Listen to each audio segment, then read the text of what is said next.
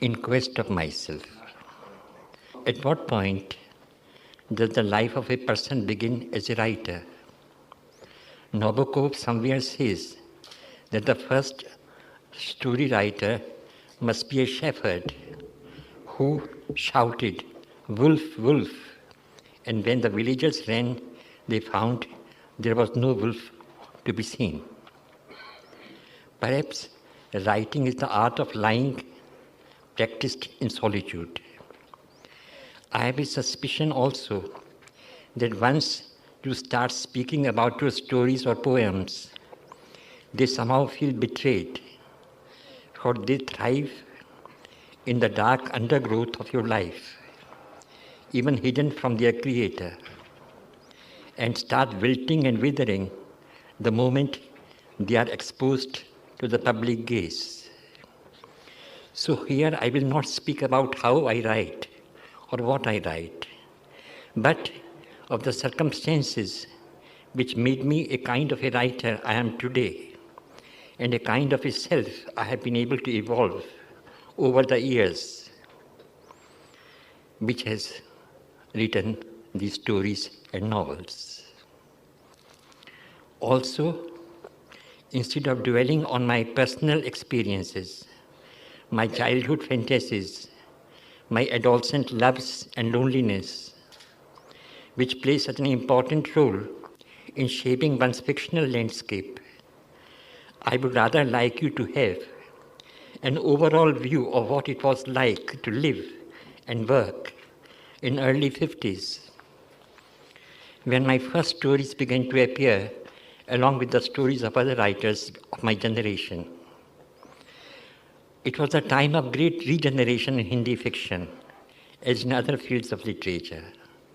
Though it is wrong to see direct links between social conditions and literary movements, it can safely be said that the increasing pressure of urbanization after independence disrupted the traditional patterns of life, which led to strange consequences. On the one hand, it led to the spiritual desolation and the sense of uprootedness. At the same time, there appeared a lucid insight into the nature of one's own individuality, which till then was submerged under the suffocating layers of custom and family obligations. There was both a feeling of coming out and closing in, an intoxicated sense of bewilderment caused by the encounter with one's own self, devoid of any external props, a naked self, so to speak. One felt bereft and liberated at the same time. I was very much a part of this semi-westernized middle class, vaguely aware of my Indianness, which could not be neatly capsuled in either caste, regional, or religious identity.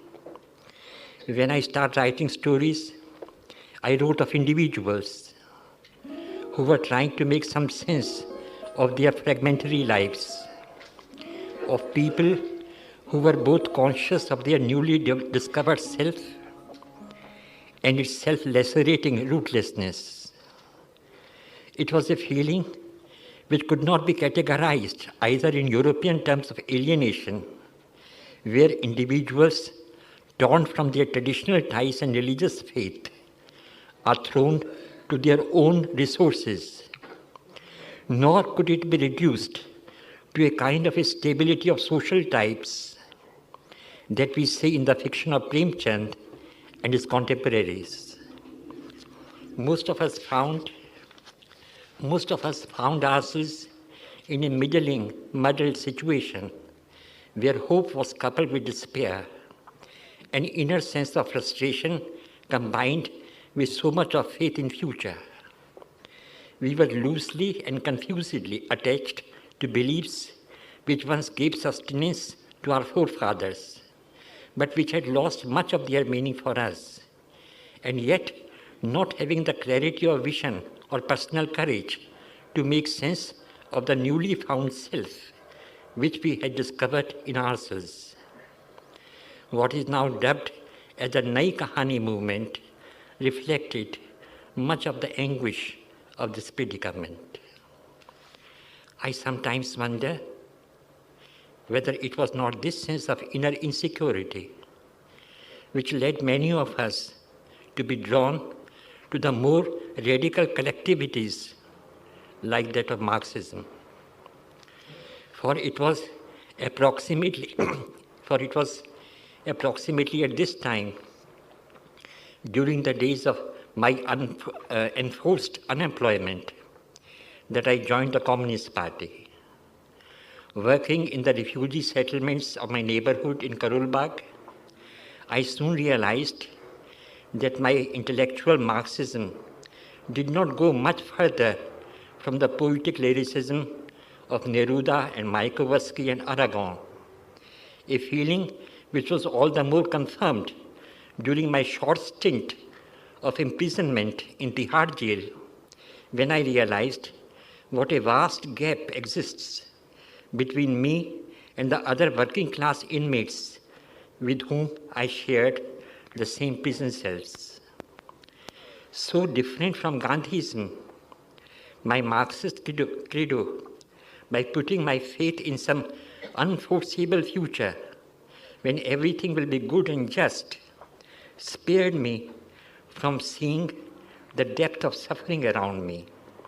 But worse, by blurring my consciousness, it hushed the voice of my conscience.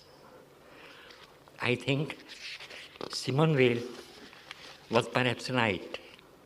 In our time, it is not religion, but revolution which works as an opium of the people. At least on me, it had the same numbing effect. Much later, when I read the testaments of ex-communists, like those of Spender, Ceylon, and Koestler, I realized that so many middle-class intellectuals of my time were attracted towards Marxism, not because they felt any particular fraternity with the exploited classes,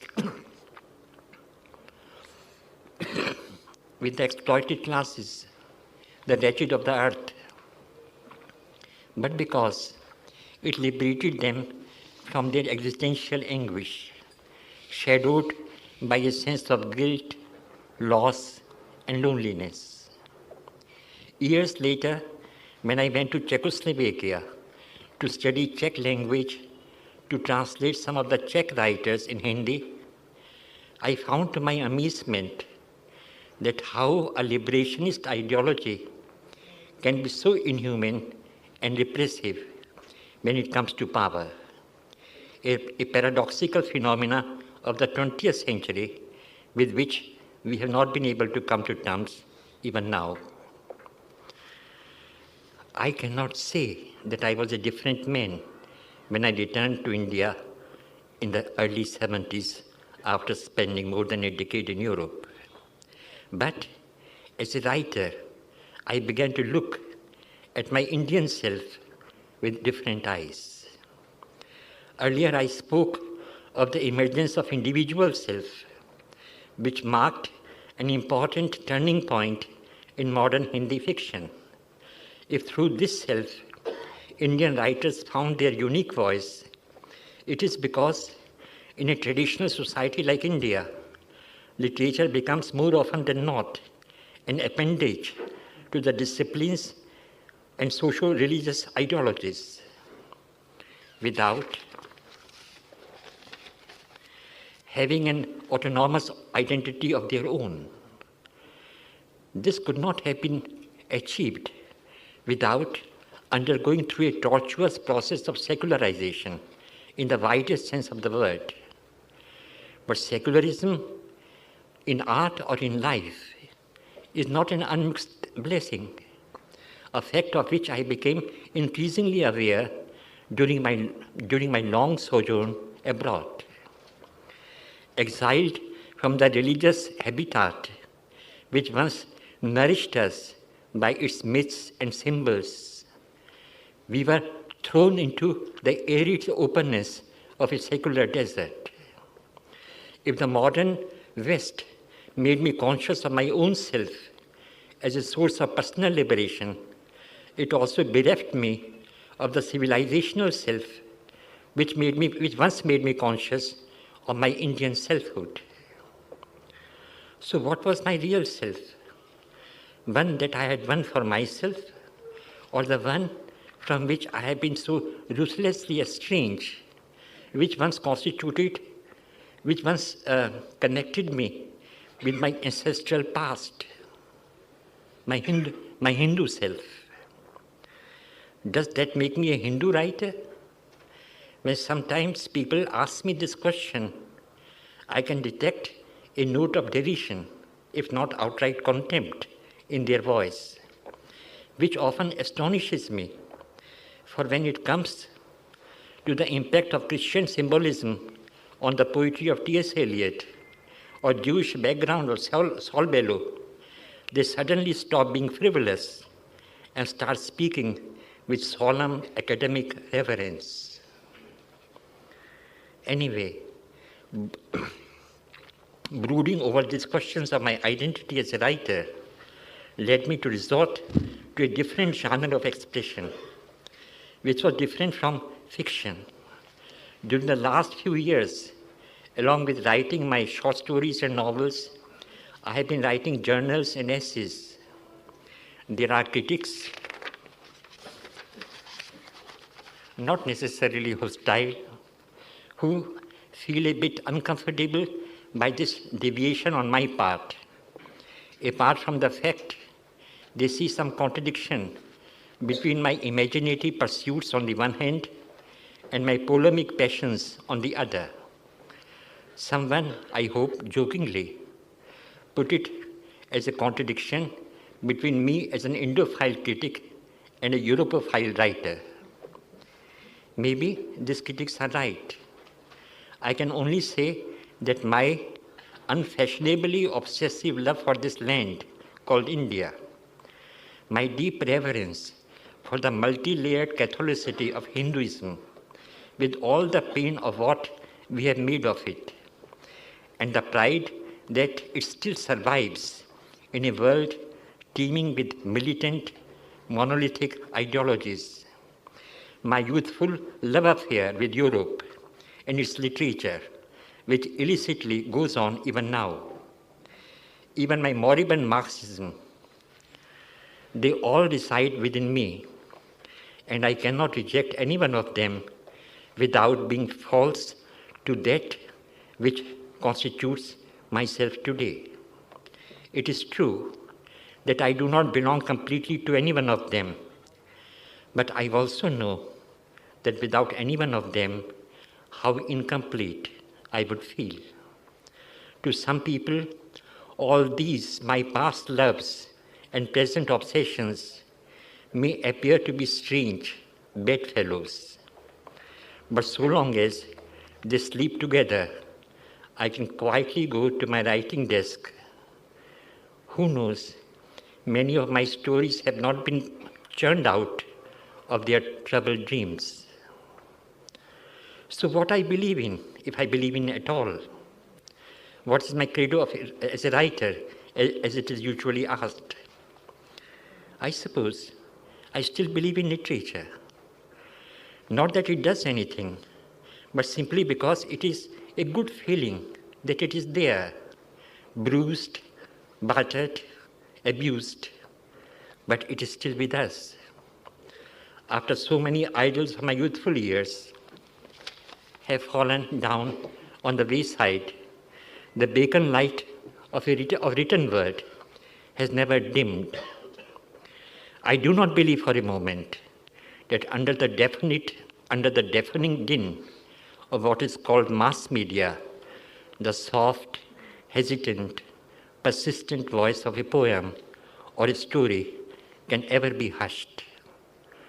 Literature is one grand blue film of our soul.